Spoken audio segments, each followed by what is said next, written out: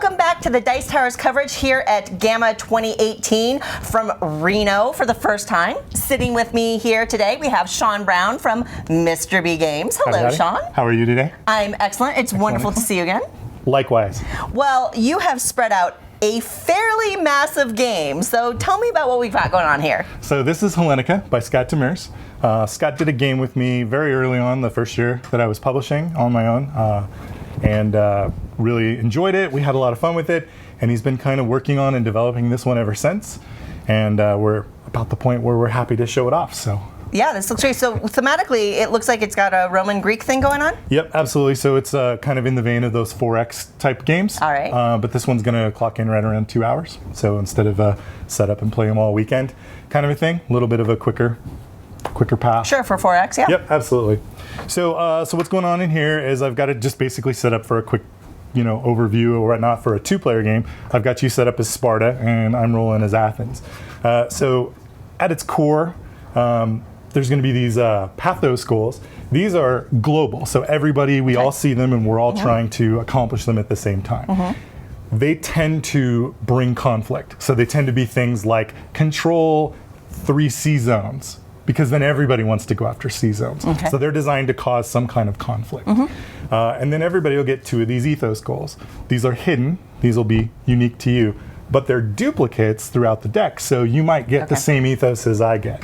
So we could be working on the same, right? And we could be going on the same goal and not know it. And so that creates some nice little ebbs and flows. At its core, turns are really simple. So in your little city-state area, like if we look kind of over here, there's these little tiny settlements that are kind of hanging out in each square. Yeah. Every time you see one, that's an area where you can build a building.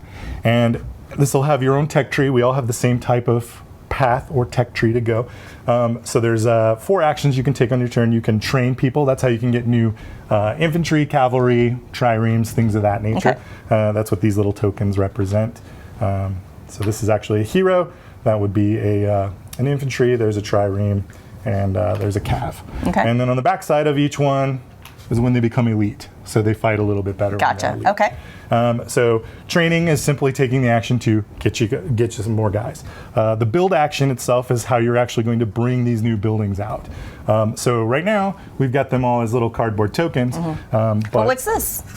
Well, that's the goal. Is we want to try to make these 3-dimensional buildings. So the idea being, instead of me just building some boring market, I can actually build this market and plop that down on the board like so. I gotta say, for proto or demo, these are really cool looking 3D buildings. Those are rad. And then what's cool about this is when you're building it, you would take your build cube and you put it here like this to show that it's under construction. Very clever. So. And then when it's done, you would actually take your control. So I'm playing white as Athens, you're playing red as Sparta, and then everybody knows I control that building. Right. But then if I had this here, my red looks much fancier, so I'm going to put that out there. It does look much fancier. Okay, cool.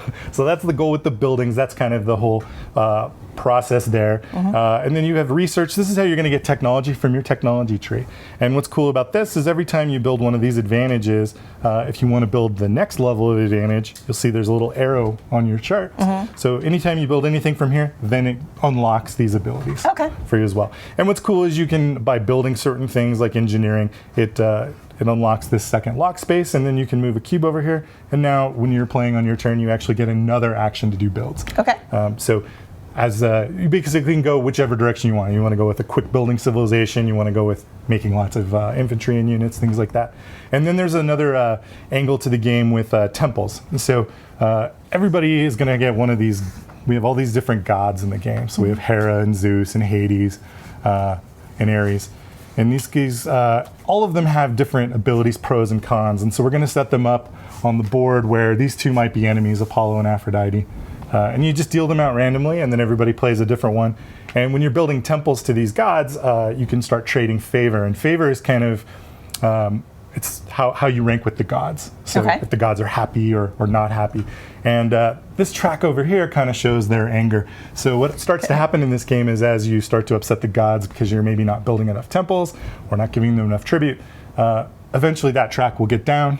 The gods will get angry, and then world events will start happening. And you get all kinds of crazy things like maybe a harpy shows up and plops up on the board, and Now it's like a big giant quest. Everybody wants to go out as heroes and kind of take out this. And all this those hard- things kind of give you points. Right. And Okay. they can all give you points. Sometimes they can even be pathos or ethos goals. Gotcha. Kill 3 random wandering monsters. Okay. So got all those kind of different elements going on. And that's kind of where we're at with it. So basically it's played over 4 phases. So we have that ethos phase, which is where we're looking at those cards we talked about. We have the favor of the gods, which is just like a giant bid. We all do a closed fist bid. Whoever Okay. has the most wins, and then they get the right to go first in turn order. Okay. And they also get to pick the direction of turn order. So sometimes in these big games, we get 5 or 6 people playing on this table, and the person over here to my right has been beating up on me all game. I can bid to take the turn order and then make the direction go this way. Oh. So he can't go before me, right? So I can beat up on him, or make it go this way so he's last. So he gets beat up by everybody else. Okay. And then combat's really simple. So it's just a colored dice system. So the first thing you do is you ask yourself, do I have a foot soldier? And then my answer is, yes, I have a foot soldier. And then we say, do you have a foot soldier? So you get a blue die. Okay. Then I say, do I have any elite foot soldiers? And I say no. And you say, oh, I have an elite foot soldier. So Heck you get yeah, a second die. And then we say, do we have cavalry? And I say, I have a cavalry. And you say, I don't have a cavalry. Okay. So you don't get that die. And then we say, do you have combined arms? Cavalry and foot soldiers. You say, I do. So I get a bonus die there. And then we say, does anyone have a hero? I feel like I'm getting set up You here. needed a hero. Okay. Phew. So then combat is you take what you have from your units, you roll, and so that's a 6. You take only your highest roll. So even though I might have rolled way more dice than you, it's still only your highest roll. So you're saying I just crushed you? Well, you only get to do 1. So you would get to take 1 of my units out. But even with a smaller army, you defeated my larger army. Not the whole army, but you defeated 1 unit. This is Sparta. Exactly. So the really small unit, if it's trained properly, combined armed with a hero, things like that, can hold off a massive horde. Cool. And that's basically how combat works. And then the tech trees are the same way. It's just basically whatever you build to move along. And then the world events, those come out every time. Every time there's a new turn, and the little number and the little sunburst icon, every time one of those events comes out, that's how far they go down on the anger track. The gods get mad. Okay. Gotcha. And that's what causes the trigger events. Okay. Yep. And then those just cause random world events, and we go from there. And then the action phase is one thing that's cool about this one is movement is a double-edged sword. So you need markets, which are these guys right here, and the markets will produce the ability for you to make new units, but also for you to feed them so they can move. And what's cool about this is if you use a trireme, and I put a trireme like say over here in the ocean, and then you have let's say your cavalry over here. When it's time to activate that, normally you can move 1 adjacent square, but because you have a trireme out in the ocean, that move right there becomes adjacent. It kind of helps This is like a land bridge, right? They can load up and drop over. And what's cool about taking that little island is there's 2 more locations for you to build new buildings. Gotcha. And the more buildings you build, the more actions you get, the more technology and advantages you can get, and the closer you can get to all your goals. So it sounds like it's got a fair amount of depth and options in it, but you're still saying 2-hour gameplay. Absolutely, because the combat doesn't get into charts or anything like that. It's just quick, super fast. And then the really cool thing about this one is it's 1 to 6 players. Oh, okay. I'm sorry, 1 to 7 players, but the AI in the game is really, really revolutionary. I love what he's done.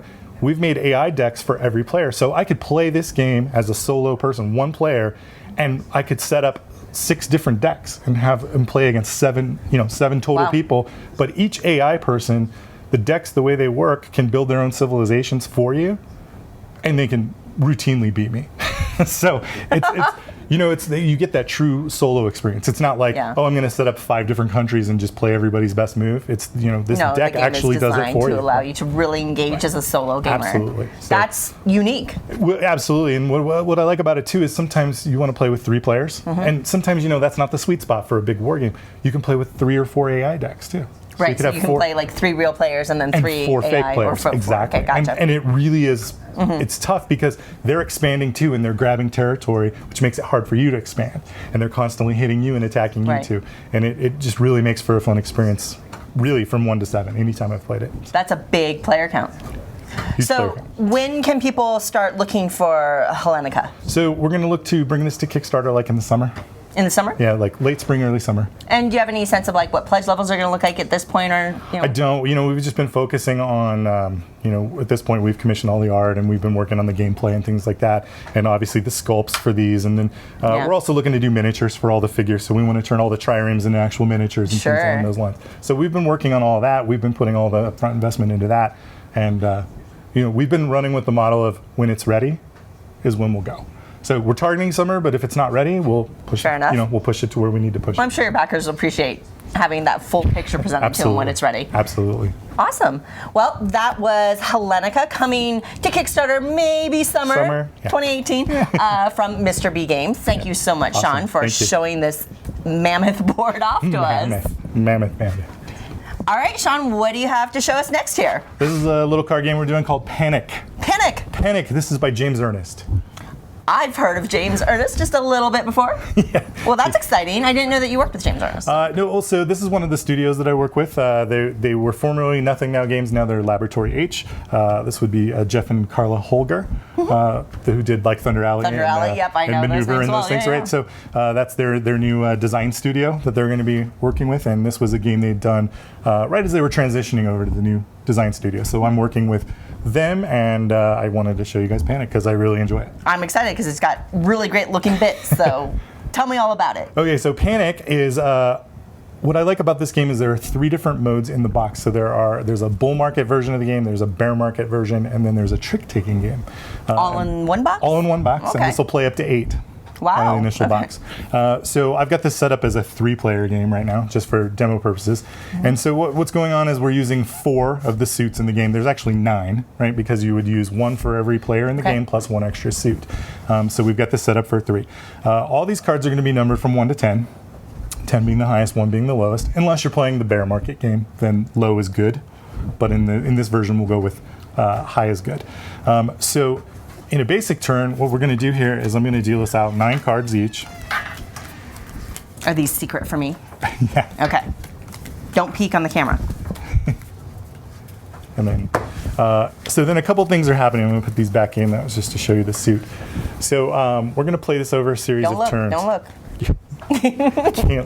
Can't look. So we're going to do a bid, and you can bid with anything, any number that you'd like.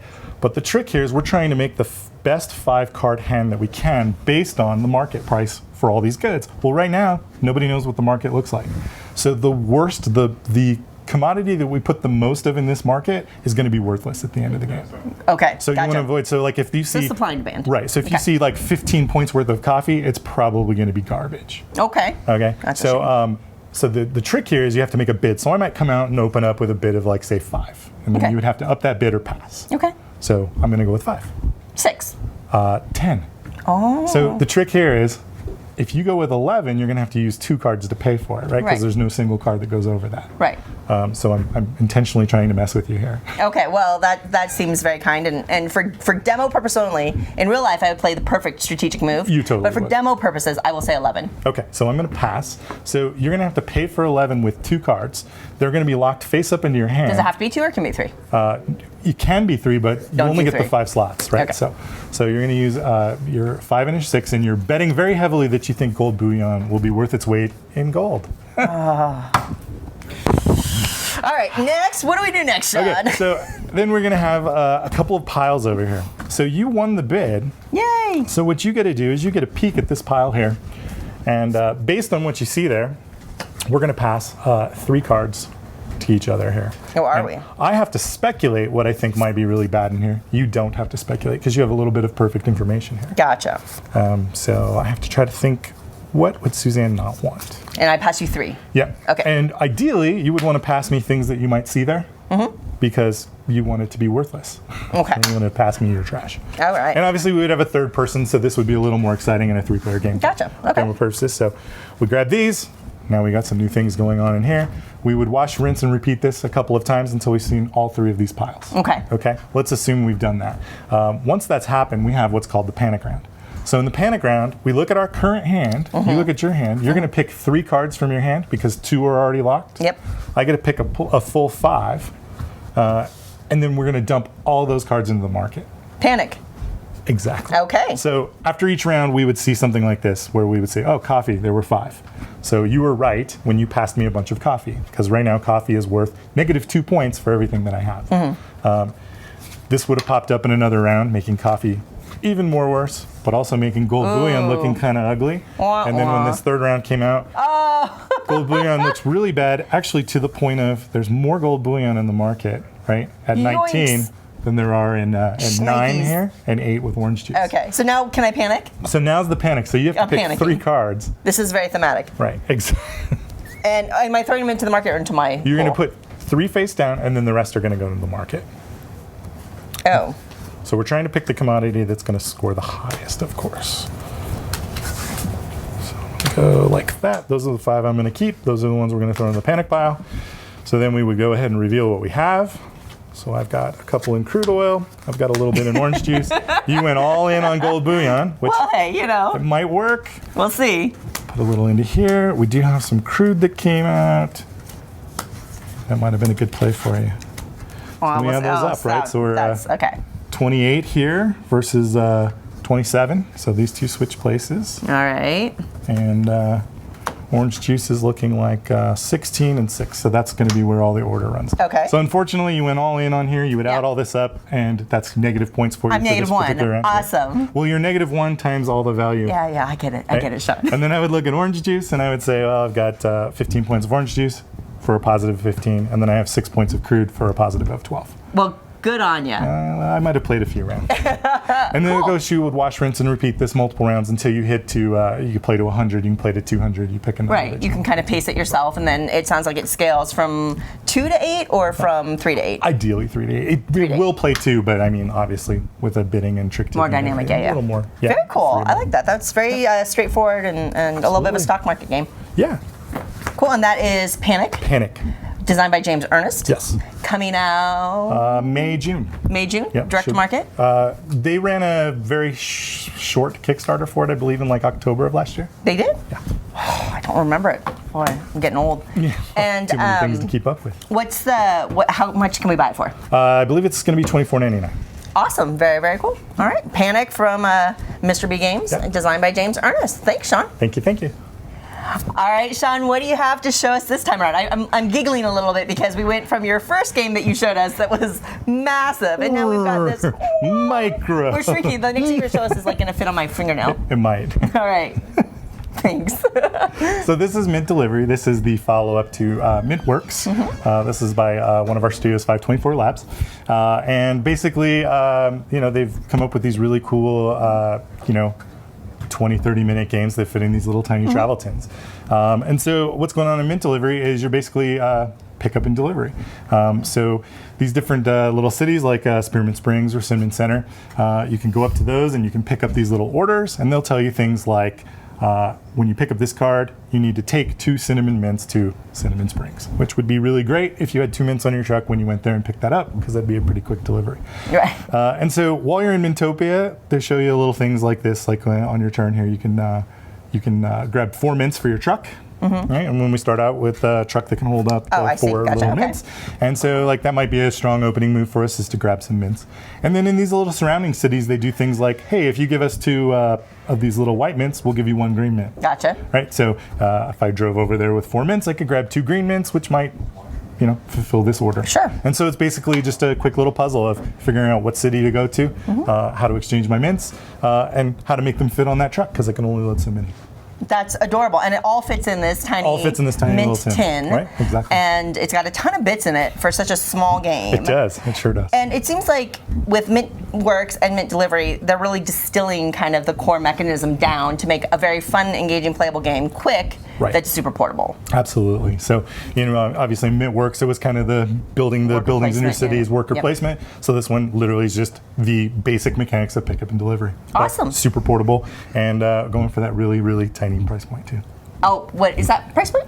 I don't remember. I think it's $14.99. Okay, so inexpensive, highly portable, and available. So this is also coming. They say May or June. This will be back out. So not too long from now. Yeah, not too long. Very, very cool, and that's Mint Delivery.